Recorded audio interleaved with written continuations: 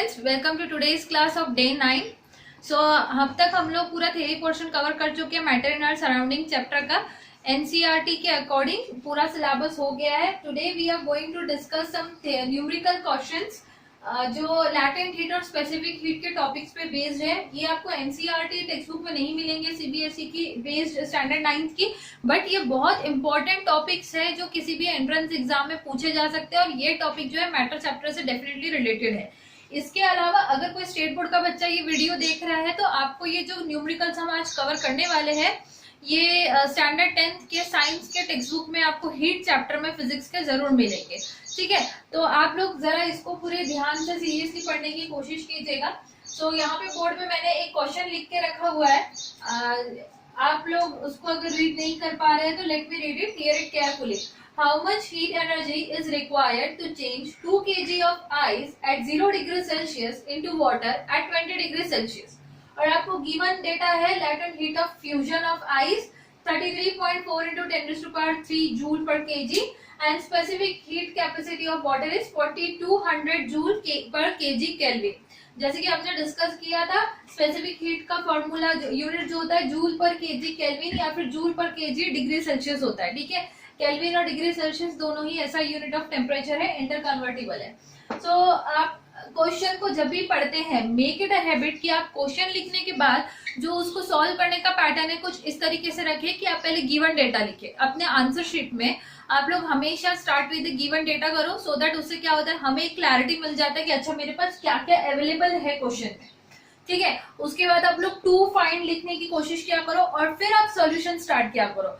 Solution में भी अगर आपको फॉर्मूला बेस्ड क्वेश्चन पूछा है तो सबसे पहले फॉर्मूला लिख के उसको हाईलाइट किया करें, क्योंकि अगर आप बोर्ड एग्जाम्स या स्कूल एग्जाम्स थ्योरी एग्जाम्स की बात करेंगे तो अगर आप ये फॉर्मेट फॉलो करते हो तो सिर्फ फॉर्मेट के ऊपर आपको हाफ या 1 मार्क्स डिलीवर हो जाता है। Even if your answer would be incorrect, लेकिन आपने उसका फॉर्मूला मेंशन कर रखा है वहां पे सही से तो आपको 1 मार्क मिलता है।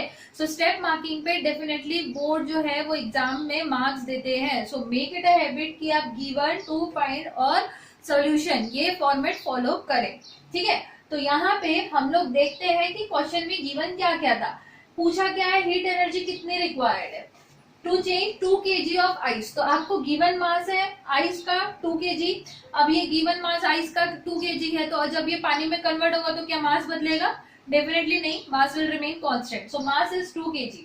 आपको इनिशियल टेम्परेचर दिया हुआ है आइस का, आप लिख सकते हो यहाँ पे इनिशियल टेम्परेचर T1 या फिर T इनिशियल, T से डिनोट कर दीजिए टेम्परेचर को is equal to 0 degree Celsius और T फाइनल आपको कितना दिया हुआ है 20 डिग्री सेल्सियस, राइट। उसके बाद आपको स्पेसिफिक हीट दी है, लेटेंट हीट दी है। स्पेसिफिक हीट आइस की होगी और लेटेंट हीट आइस की होगी और स्पेसिफिक हीट जो है वो वाटर की होगी, क्योंकि 0 से 20 पे जाने पर आइस जो है वाटर में कन्वर्ट होकर उसका टेम्परेचर बढ़ते चलेगा। फिर आप 2 फाइंड लिखिए, heat energy required to change the temperature of 2 kg water from 0 to 20 degree Celsius. अब हम बढ़ते हैं सॉल्यूशन की तरफ कि सॉल्यूशन कैसे आएगा इस चीज का। So let's move towards our solution.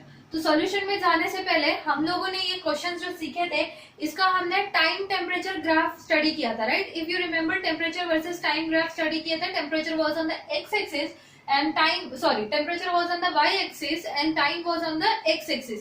so इसी चीज को हम लोग यहाँ पे ग्राफिकली रिप्रेजेंट करने की कोशिश करते हैं हमारे क्वेश्चन को।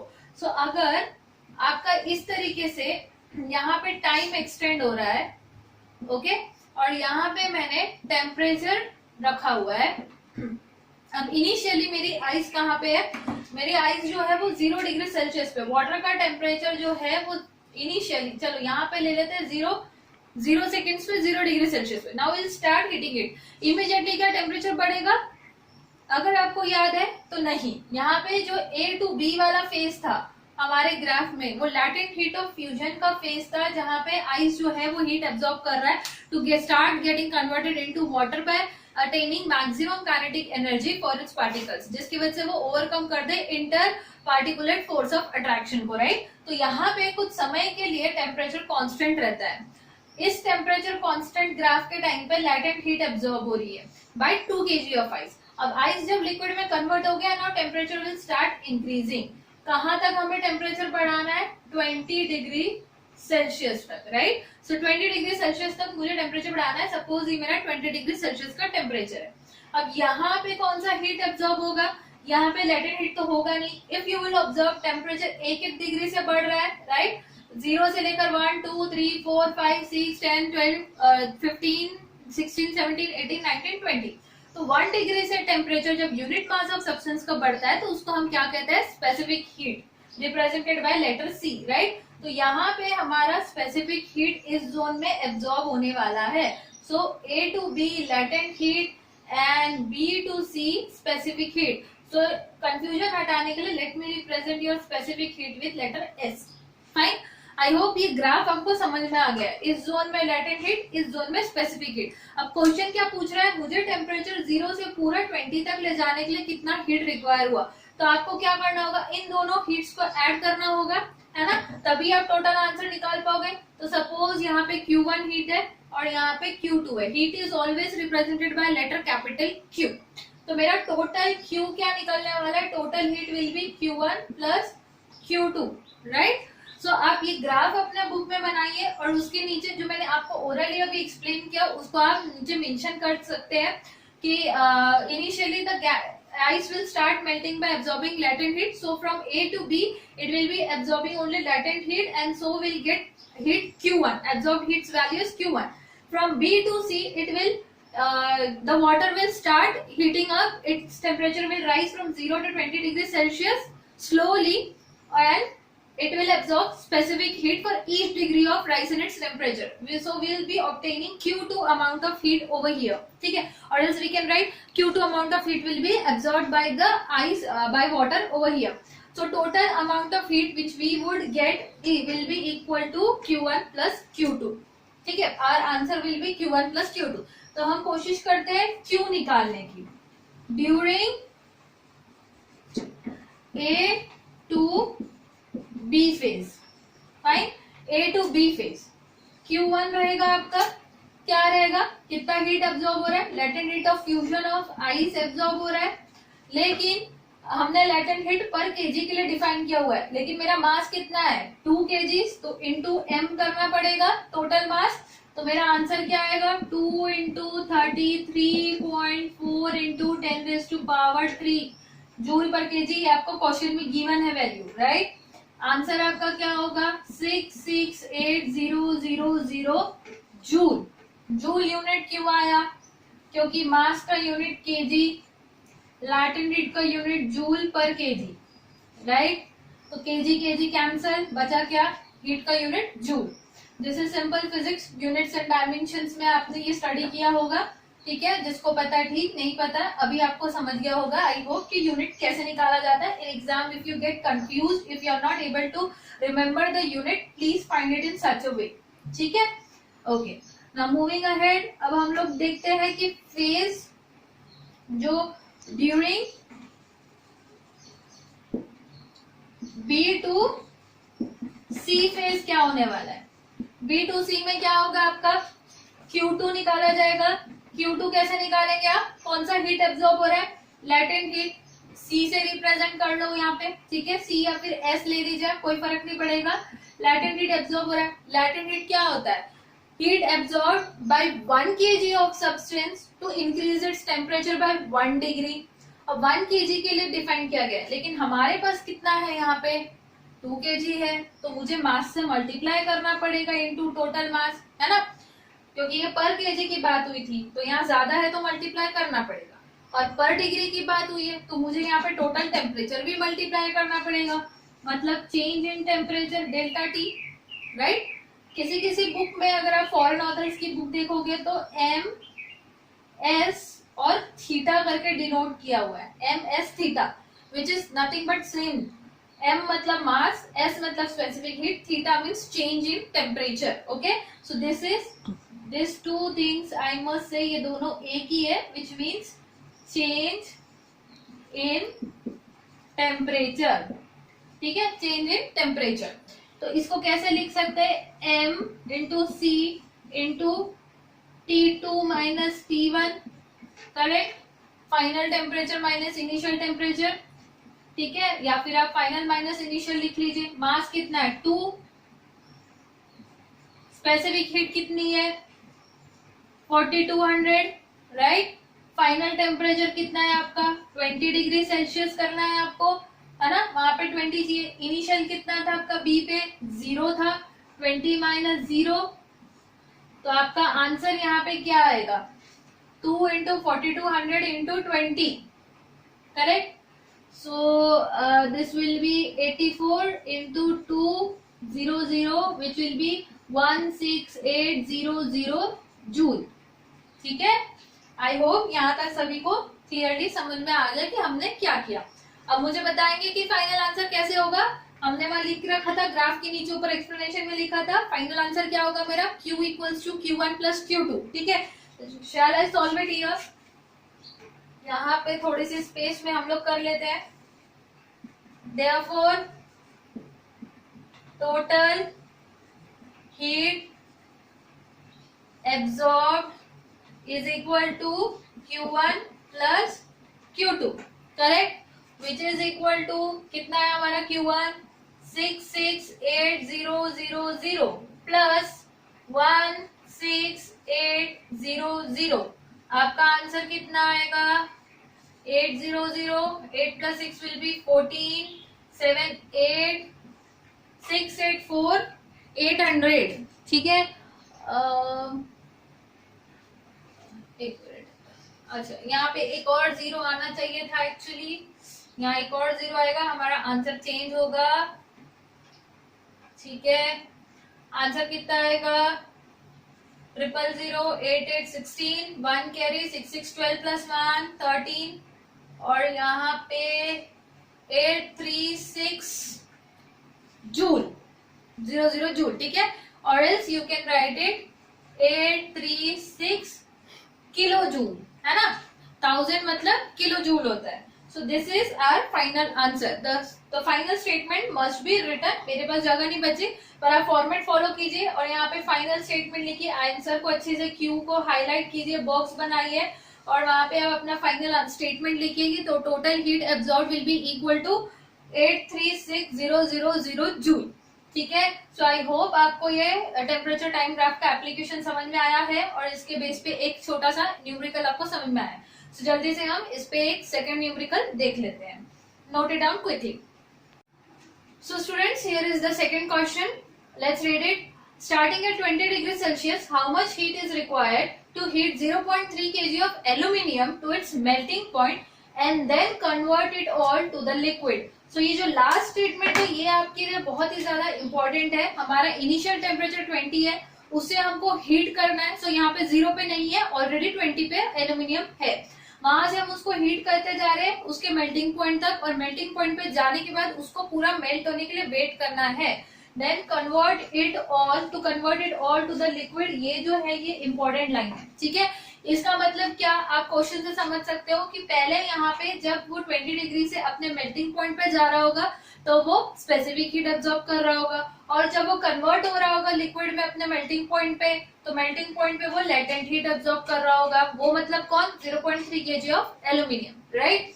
तो आपको यहाँ पे स्पेसिफिक हीट गिवन है एल्यूमिनियम का, latent heat of fusion of aluminium given है, मेल्टिंग पॉइंट गिवन है 660 डिग्री सेल्सियस।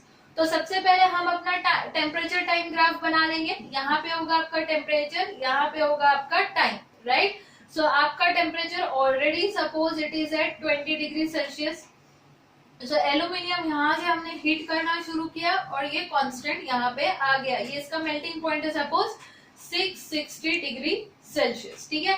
अब मैंने बहुत ही शॉर्ट में ग्राफ बनाया है, छोटा सा। आपके पास ज्यादा जगह तो आप लंबा खींच सकते हो, वरना लेकिन इसकी कोई जरूरत नहीं, because this is for your understanding, that's it, ठीक है।